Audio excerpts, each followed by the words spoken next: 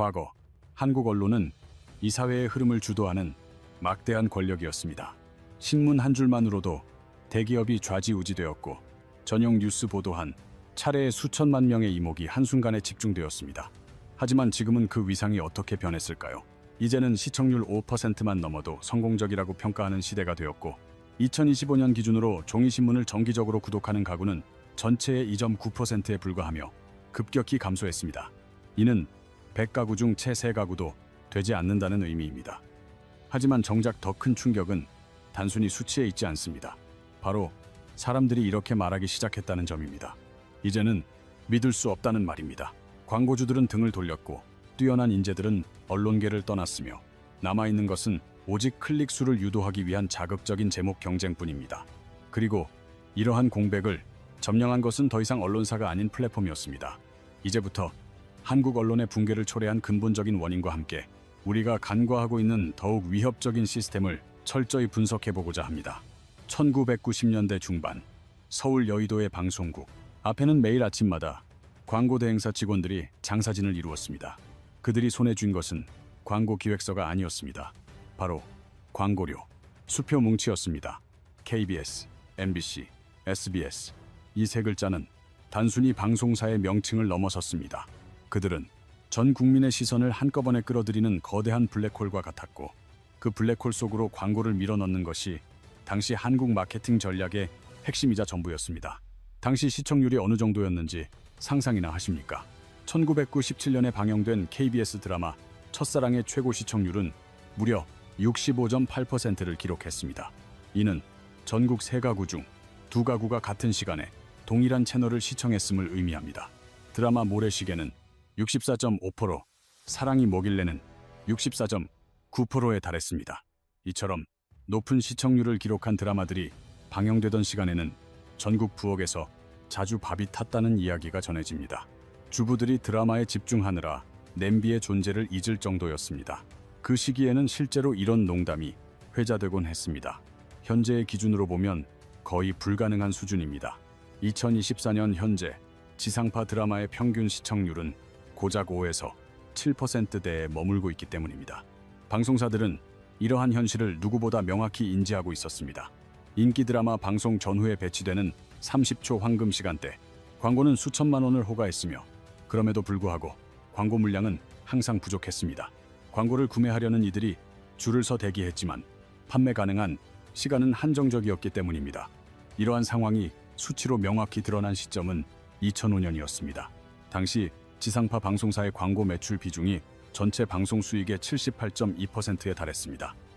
오직 광고 수입에 의존하여 모든 운영이 이루어지는 구조, 이것이 바로 한국 지상파 방송의 핵심적인 수익 모델이었습니다. 신문업계의 상황도 크게 다르지 않았습니다. 1990년대까지만 해도 종이, 신문 구독률은 전체 가구의 거의 절반에 달할 정도였습니다. 신문 일면에 실린 단 하나의 기사가 그날 하루 대한민국 사회의 주요 의제를 설정했으며 경제부 기자의 보도 방식에 따라 특정 기업의 주가가 요동치기도 했습니다. 신문사의 편집국장은 단순히 직책을 넘어선 사회적 권력의 핵심이었습니다.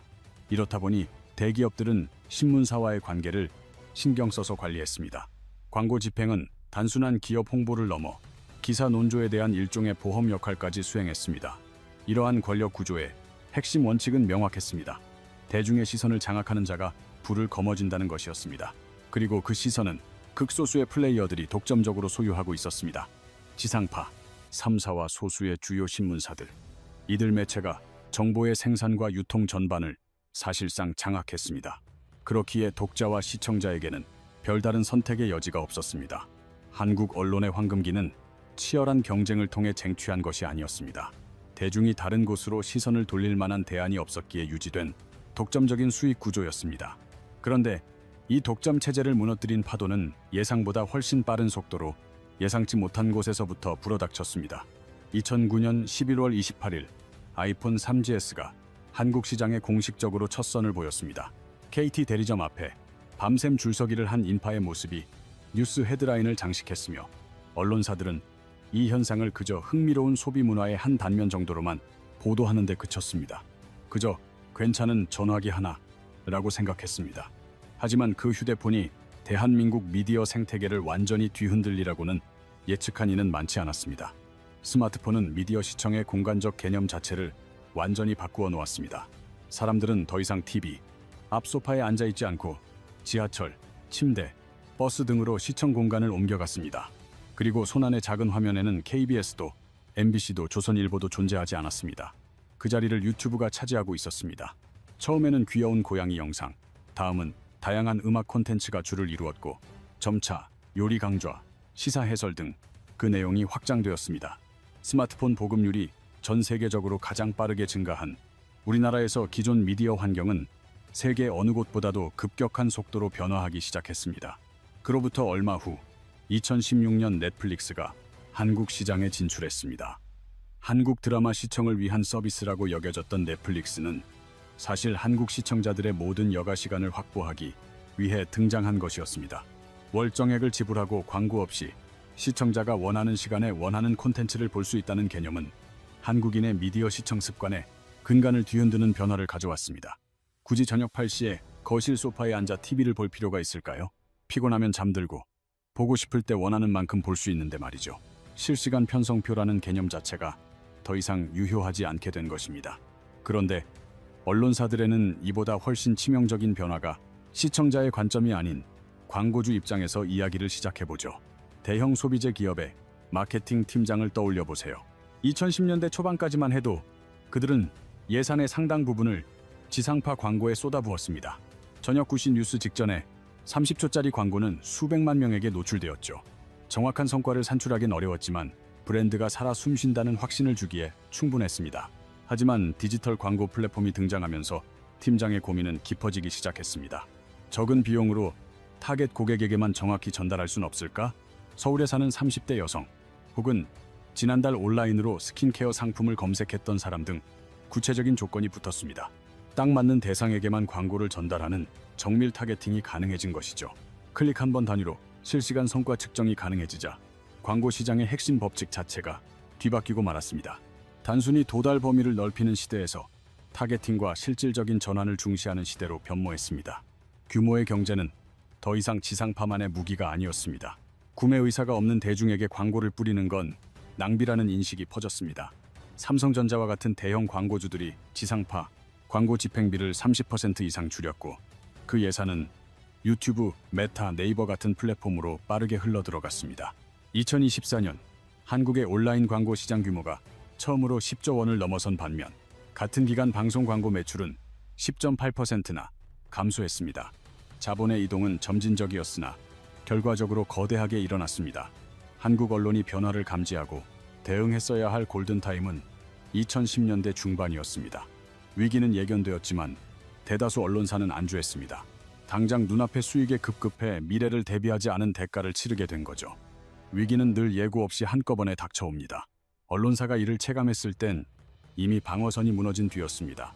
경제학에서 말하는 피드백 루프는 한 번 붕괴가 시작되면 걷잡을 수 없이 가속되는 구조를 의미합니다. 한국 언론이 겪은 것이 바로 이것입니다. 수치를 살펴봅시다. 지상파 3사의 합산 광고 매출은 2022년 1조 24억 원이었습니다. 그런데 불과 1년 후인 2023년 이 수치는 279억 원으로 추락하며 처음으로 1조 원대가 깨지고 말았습니다. 1년 사이 매출 23%, 약 735억 원이 증발한 것입니다. 하락세는 여기서 멈추지 않았습니다.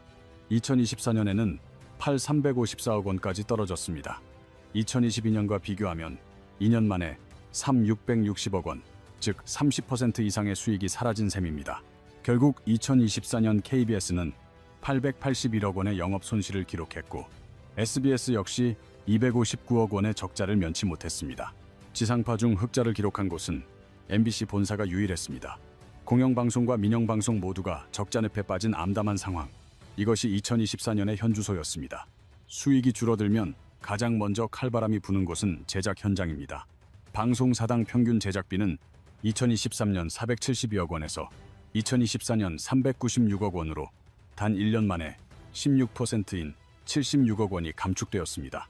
드라마 편당 제작비가 삭감되고 다큐멘터리 기획은 좌초되며 해외 취재는 엄두도 내지 못하게 되었습니다. 시청자들은 이런 내부 사정을 수치로 알지 못합니다. 그저 어딘가 예전보다 부실하다, 재미가 없어졌다는 느낌만 받을 뿐이죠. 시청자들은 리모컨을 들어 채널을 돌리거나 넷플릭스로 떠나버립니다. 시청자가 이탈하면 시청률은 하락하고 이는 곧 광고 단가 하락으로 이어져 다시 제작비가 줄어드는 치명적인 악순환의 굴레에 갇히게 됩니다. 이는 이론적인 가설이 아니라 지금 이 순간 방송 현장에서 벌어지는 생생한 현실입니다. 핵심 인력들도 방송국을 등지고 있습니다. 방송사에서 잔뼈가 굵은 베테랑 PD들마저 퇴사를 결심하고 유튜브 채널을 개설하는 상황입니다. 처음엔 주변에서 말렸습니다. 안정적인 직장을 왜 버리냐고 했죠. 그러나 수년 뒤 그 PD들이 수십만, 수백만 구독자를 거느리는 것을 보며 후배 PD들 역시 나도 할 수 있지 않을까라는 희망을 품게 되었습니다. 기자들의 사정도 다르지 않았습니다. 심층 취재를 꿈꿨던 기자들은 하루에 수십 건의 기사를 쏟아내야 하는 속도전 속에 매몰되어 있었습니다. 결국 누군가는 독립 뉴스레터를 창간하고 누군가는 유튜브 채널을 직접 운영하기 시작했습니다. 2024년 기준 지상파 인력은 전년 대비 4.5% 감소했습니다. 숫자 자체는 적어 보일지 몰라도 누가 떠났는지를 봐야 합니다. 조직 내에서 가장 유능하고 경쟁력 있는 인재들이 먼저 더 나은 대안을 찾아 떠난 것입니다. 하지만 이 모든 현상보다 더욱 근본적인 문제는 따로 있었습니다. 바로 포털 사이트에 대한 과도한 의존성입니다. 한국 언론이 스스로 무덤을 판 결정적인 선택은 네이버와 다음에 콘텐츠를 무상으로 제공하기로 한 결정이었습니다. 광고 수익은 줄어드는데 포털을 통한 트래픽과 클릭 수가 곧 디지털 광고 매출과 직결되니 생존을 위한 고육지책이었던 셈이죠. 트래픽은 클릭 수를 만들어줬고 클릭 수는 디지털 광고 수익으로 이어졌습니다. 당장의 생존을 위한 선택이었습니다. 하지만 그 선택에는 큰 대가가 뒤따랐습니다. 바로 언론사로서의 정체성을 포기한 것이죠. 포털에서 뉴스를 접하는 이들은 누가 쓴 기사인지 신경 쓰지 않습니다. 그저 알고리즘이 추천하는 글을 읽을 뿐입니다. 독자와 직접 소통하는 관계가 아닌 포털이라는 플랫폼에 의존하는 기형적인 구조가 고착되었습니다. 결과적으로 독자는 언론의 팬이 아닌 포털의 이용자로 전락했습니다. 이제 언론의 생존은 오직 하나에 달렸습니다. 알고리즘의 간택을 받는 기사를 써야만 한다는 것. 그 간택의 기준은 곧 클릭이며 클릭을 부르는 건 자극입니다. 선정적인 헤드라인, 충격적인 문구, 감정을 파고드는 프레임, 수많은 매체가 같은 사건을 두고 제목만 바꿔 기사를 쏟아냅니다. 내용보다 제목이 생존을 결정짓는 세상이 되었습니다. 이러한 선택이 누적되어 한국 언론에 대한 불신은 극에 달했습니다. 지금 우리가 마주한 현실을 들여다봅시다. 대한민국은 정보의 홍수 속에 살고 있습니다. 스마트폰을 켜면 순식간에 수백 개의 기사가 밀려 들어옵니다. 역사상 가장 방대한 정보량을 자랑하지만 역설적이게도 신뢰도는 바닥을 치고 있습니다. 로이터 저널리즘 연구소가 2024년 발표한 조사에 따르면 전 세계 47개국 중 한국의 뉴스 신뢰도는 고작 31%에 불과했습니다. 47개국 중 38위, 아시아 국가들 사이에서도 최하위권입니다. 국민 10명 중 7명이 뉴스를 불신하는 사회입니다. 이 불신은 하루아침에 쌓인 게 아닙니다. 결정적인 사건이 있었죠. 바로 2023년 말 배우 이선균 씨 사건입니다. 당시 언론은 수개월 동안 진행된 수사 과정에서 사건 본질과 무관한 사적인 대화까지 무차별적으로 폭로했습니다. 로이터 저널리즘 연구소마저 이 사건을 한국 언론의 추락을 상징하는 비극적 사례로 꼽았습니다. 클릭을 위해 한 사람의 인생을 소비했고 대중은 그 잔혹함을 잊지 않았습니다. 신뢰는 단 한 번의 실수로 깨지지 않지만 거듭된 배신 끝에 결국 독자들은 등 돌렸습니다. 그 빈자리를 알고리즘이 빠르게 메우고 있습니다. 한국언론진흥재단의 2025년 조사 결과 영상 플랫폼으로 뉴스를 본다는 응답이 단 1년 만에 18.4%에서 30%로 12%포인트나 치솟았습니다. 그중 90% 이상이 유튜브에 집중되어 있습니다. 이제 대중은 저널리스트가 아닌 알고리즘이 골라주는 영상을 통해 세상을 봅니다. 알고리즘은 진실을 가리지 않습니다. 오직 사람들의 반응만을 쫓을 뿐이죠. 분노를 유발하는 영상, 공포를 조장하는 제목, 확증 편향을 부추기는 콘텐츠들이 상단에 배치됩니다. 알고리즘의 지상 목표는 이용자를 플랫폼에 최대한 오래 묶어두는 것입니다. 시청자는 화가 나거나 공포를 느낄 때, 혹은 자신의 신념이 옳다고 확인받을 때 더 긴 시간을 화면 앞에 머뭅니다. 알고리즘은 이 심리를 완벽히 학습했습니다. 가짜 뉴스가 진짜 뉴스보다 훨씬 빠르게 퍼지는 이유가 바로 여기에 있습니다.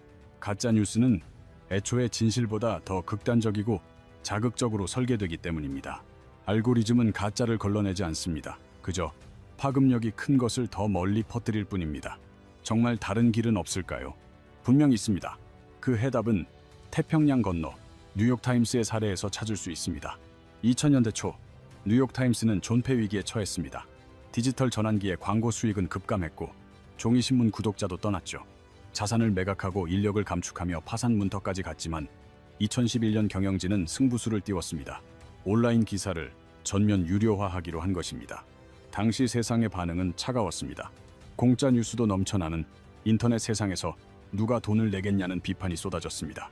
하지만 그들은 달랐습니다. 양질의 저널리즘이라면 기꺼이 지갑을 열 독자가 있다고 믿은 것입니다. 탐사 보도에 과감히 투자하고 기자들을 충원했으며 기술력을 강화했습니다. 1. 750명의 기자협회, 700명의 기술 전문가를 배치하며 저널리즘과 디지털 기술의 결합이라는 전공법을 택했습니다. 결과는 압도적이었습니다. 2024년 기준 뉴욕타임스의 디지털 구독자는 일 82만 명을 돌파했습니다. 영업이익은 전년 대비 16.8% 상승했죠. 수익 구조도 완전히 바뀌었습니다. 광고 의존도는 30%로 낮아지고 구독료 수익이 60%를 차지하는 구조가 되었습니다. 독자의 주머니에서 나오는 자금으로 운영되니 광고주의 눈치를 볼 필요가 없어진 것입니다. 광고주를 쫓던 한국 언론과 독자와 신뢰를 쌓은 뉴욕타임스. 2024년 현재 그 성적표가 말해주고 있습니다. 이 극명한 대비를 깊이 고민해야 할 때입니다. 상황을 극명하게 보여주는 수치가 있습니다. 넷플릭스의 2025년 예상 매출은 국내 전체 방송 시장 수익의 3배에 달할 전망입니다. 단일 플랫폼의 수익이 국내 모든 방송사를 합친 규모보다 3배나 큰 시대가 된 거죠. 광고비는 구글과 메타로 향하고 콘텐츠와 뉴스 소비마저 넷플릭스와 유튜브가 독점하고 있습니다. 과거 국내 언론이 누리던 영향력은 고스란히 글로벌 플랫폼으로 넘어갔습니다. 이제 자본의 흐름은 국경의 의미가 없습니다. 지상파의 광고 매출 비중은 2024년 기준 23.7%에 불과합니다. 사실상 20년 만에 7분의 1 토막이 난 셈이죠. 이는 일시적 위기가 아닌 거대한 구조적 변화입니다. 단순한 자구책으로는 해결할 수 없는 흐름입니다. 언론의 몰락이 아닌 자본지형 자체가 재편된 것입니다. 여론을 주도하던 권력이 방송과 신문에서 플랫폼으로 이동했고 광고주들도 그 대세를 따라 떠났습니다. 한국 언론은 변화의 파도를 외면했습니다. 광고에 매달려 자극적인 클릭 장사에만 몰두하다 독자의 신뢰를 잃었고 신뢰가 무너지니 더욱 선정적인 보도로 치닫는 악순환에 빠졌죠. 반면 뉴욕타임스는 전략을 완전히 수정했습니다. 광고주 대신 독자를 선택하는 길을 택했고 저널리즘의 본질적인 가치만이 살아남는 열쇠임을 스스로 입증해냈습니다. 매일 우리가 접하는 뉴스가 알고리즘이 내 입맛에 맞춰 던져준 정보인지 기자가 직접 발로 뛰어 검증한 진실인지 한 번쯤 고민해봐야 합니다. 정보 과잉의 시대, 무엇을 신뢰할지는 결국 우리 각자의 판단에 달렸습니다. 방대한 정보를 손에 쥔 지금 우리는 과연 지혜로워진 걸까요? 아니면 정교하게 짜인 알고리즘에 더 깊이 갇힌 것은 아닐까요? 여러분의 솔직한 생각을 댓글로 공유해주세요. 오늘 영상이 유익했다면 구독과 좋아요로 응원 부탁드립니다. 다음에는 더 깊이 있는 내용으로 찾아오겠습니다. 시청해주셔서 감사합니다.